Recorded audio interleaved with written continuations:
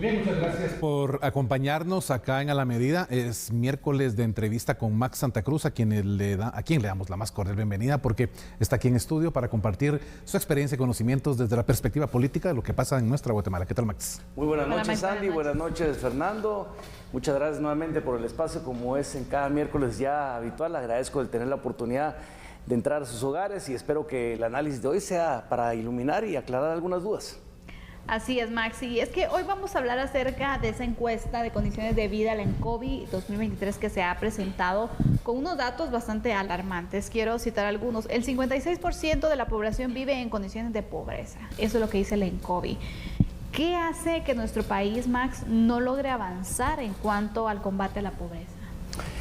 Bueno, quisiera empezar mi intervención en la noche diciendo que es bueno que haya una encuesta de este tipo, porque es muy difícil en Guatemala el poder definir cuáles son las políticas públicas si no sabemos o dónde estamos, o cuántos somos, o cuáles son las necesidades que tenemos.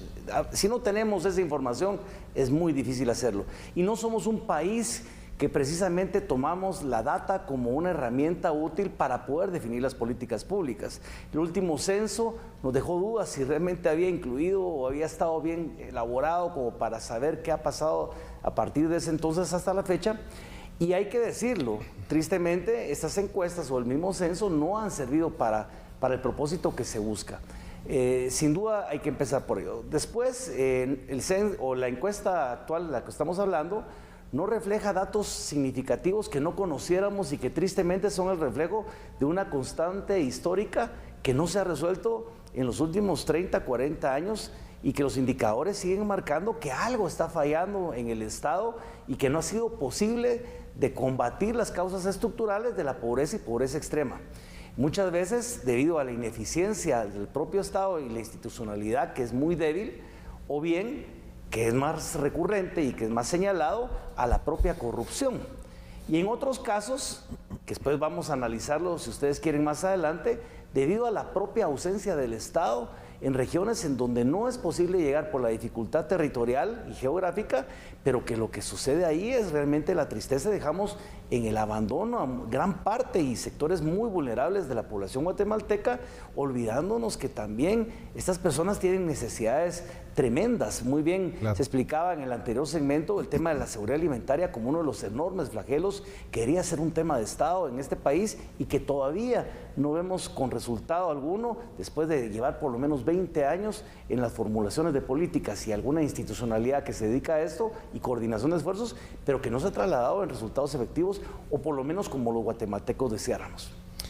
Ahora, Guatemala es un país con una gran cantidad de desigualdades y cuando hablamos de pobreza y países y departamentos que no son tan pobres dentro del territorio guatemalteco, podemos mencionar que Alta Verapaz es un departamento que reúne solo ahí adentro 90% de pobreza. Si hacemos un análisis de qué otros departamentos de la República están en la misma categoría, estaría Quiché, Huehue, Baja Verapaz y Jalapa. Departamentos con no tanta pobreza, Escuintla y Guatemala. ¿A qué se debe esa diferencia en esto, Max? Yo quisiera partir de lo que mencionaba anteriormente. Si vemos la ausencia del Estado es significativa. Total. En la parte norte de Huehuetenango, recordemos que ahí estaban los índices de mayor desnutrición infantil, claro, a nivel nacional. En San Marcos también, incluso no se menciona, me llama la atención. Jalapa, donde está el famoso corredor seco que es recurrente, la hambruna.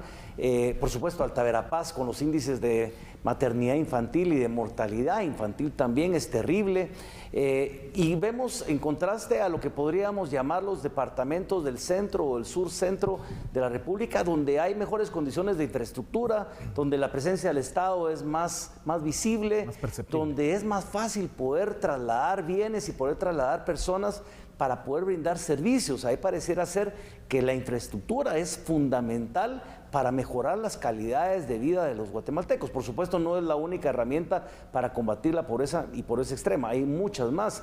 Pero miren, hay que agregarle a esto que también no podemos olvidar, y llama la atención, el enorme aporte que hacen las remesas familiares, que por más de 20,000 millones de dólares, que si no tuviéramos ese recurso del trabajo y el sacrificio de muchos guatemaltecos y sus familias en territorio estadounidense tratando de mejorar las calidades de vida de sus familias acá, la historia que estaríamos contando y que se reflejaría en esta encuesta sería aún más grave y triste.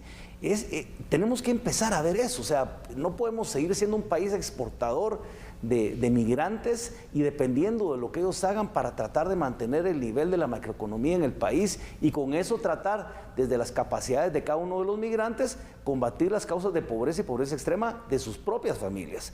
Si no hacemos algo más como Estado, pero no solo como Estado a nivel de gobierno, instituciones, como Congreso de la República, como sociedad, como sector productivo, para mejorar entre todos las capacidades del país con las condiciones que requieran para llegar a esto, va a ser muy difícil salir de Guatemala de la pobreza, a pesar de que tenemos un crecimiento, por lo menos el último año, arriba de la media latinoamericana, del 3.2%, pero que no se ha trasladado en los beneficios reales y directos a la propia población. Claro. Max, en la presentación que se hace del ENCOVI estuvo presente la vicepresidenta de la República, quien hacía el llamado a humanizar las cifras y que no solamente son datos, sino son personas que tienen muchas necesidades. Pero aquí el punto es, sabemos que cada vez que viene el tema de las campañas para pues, presidente, vicepresidente, bueno, todos estos cargos que se eligen, el tema de la pobreza es un tema que es un debate. Pero luego cuando ya pues se tienen a las autoridades, pues es un tema que no se abre tanto al mismo debate y no se ve como una realidad también. ¿Por qué la pobreza no es una prioridad para el país? Es una excelente reflexión, Sandy, realmente da pena porque es un tema recurrente y de desgaste, digo desgaste en el uso y abuso en las propuestas electorales donde todo el mundo habla sobre el combate a la pobreza y creo que genuinamente se hace, pero pocos entienden realmente la complejidad o la necesidad del abordaje integral que esto significa. Repito, si no tenemos una institucionalidad fuerte, no grande ni gruesa en grasa burocrática, pero fuerte en capacidades de poder llegar con soluciones, si no tenemos políticas públicas que respalden las acciones del gobierno, identificando dónde se encuentra la pobreza, cuáles son las causas y cómo podemos hacer para avanzar al siguiente nivel, si no tenemos la decisión política de parte de las autoridades, si no tenemos el acompañamiento por parte del Congreso de la República, si no tenemos la conciencia por parte de la sociedad de manera integrada, va a ser muy difícil. Pero la vicepresidenta dice algo que es cierto, la humanización de la pobreza es fundamental para no dejar esto únicamente en cifras, tal como lo es el envío de las remesas y el dinero que recibimos por ellas. Hay historias trágicas a partir de las migraciones irregulares de muchos guatemaltecos que ponen en riesgo su vida.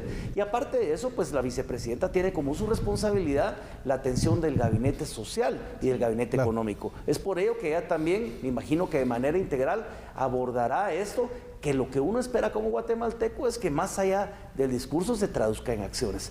Al final de cuentas, el país está sobrediagnosticado, todos sabemos qué es lo que pasa, todos hemos visto qué es lo que sucedió en Guatemala durante los últimos años, que la corrupción ha invadido las instituciones, que no ha llevado de manera eficiente el gasto público, que puede ser a veces corto porque la grasa burocrática abarca mucho ese gasto público del presupuesto que debería destinarse a inversión, que esperamos que los consejos de desarrollo funcionen de manera eficiente, que los diputados distritales hagan su labor junto con estos consejos de desarrollo, que las municipalidades también hagan su aporte importante a nivel de lo que les corresponde, y cuando nos pongamos todos en sintonía y empecemos a entonar con responsabilidad y seriedad y coherencia el enfoque del combate a la pobreza extrema y que nos moleste que eso continúe, entonces tal vez posiblemente las condiciones del país van a cambiar para muchos guatemaltecos que por cierto no tienen ya más tiempo que esperar, porque si no, que le pregunten a los niños que mueren diariamente por diferentes causas de la pobreza, entre ellas la desnutrición crónica, la desnutrición aguda. Bueno, pues realmente muchas gracias, Max, por ese aporte. Nos clarificas definitivamente qué es lo que acontece en el país con este tema tan difícil y que no ha sucedido mayor cosa en los últimos 20 años. No sé si 20 años para adelante vaya a ser diferente la historia. Siento que hay que ser solidarios y consecuentes. No podemos dejar abandonados a miles de familias guatemaltecas que tienen el mismo derecho y la oportunidad de poder salir adelante y tener esa vida digna y ese desarrollo humano que ha sido tan aplazado por muchas razones. Así que empecemos a generar empatía entre los guatemaltecos para poder abordar un problema tan serio como es el combate a la pobreza y todas sus manifestaciones que la vemos en educación, en salud y en alimentación, por mencionar unas tantas. Gracias, Max, por acompañarnos. Es un gusto siempre poder abordar estos temas contigo y ver desde el ámbito político también cómo es que estos temas van funcionando y lo que hace falta en nuestro país. Fernando, también es un gusto poder compartir contigo. Nos complementas también en este espacio y es un gusto poder analizar los diversos temas, conociendo también tu experiencia y conocimiento. Gracias, Andy. Te deseo la mejor de las noches. Nos vemos mañana y, por supuesto, a usted, amigo y amiga televidente, un excelente descanso y a mañana a darlo todo, porque Guatemala necesita de ese engranaje que usted genera dentro de este motor. De lo contrario, no funcionamos. Bueno, con eso nosotros vamos a hacer una pausa. Regresamos con noticias internacionales. Por favor, siga con nosotros. Ya volvemos.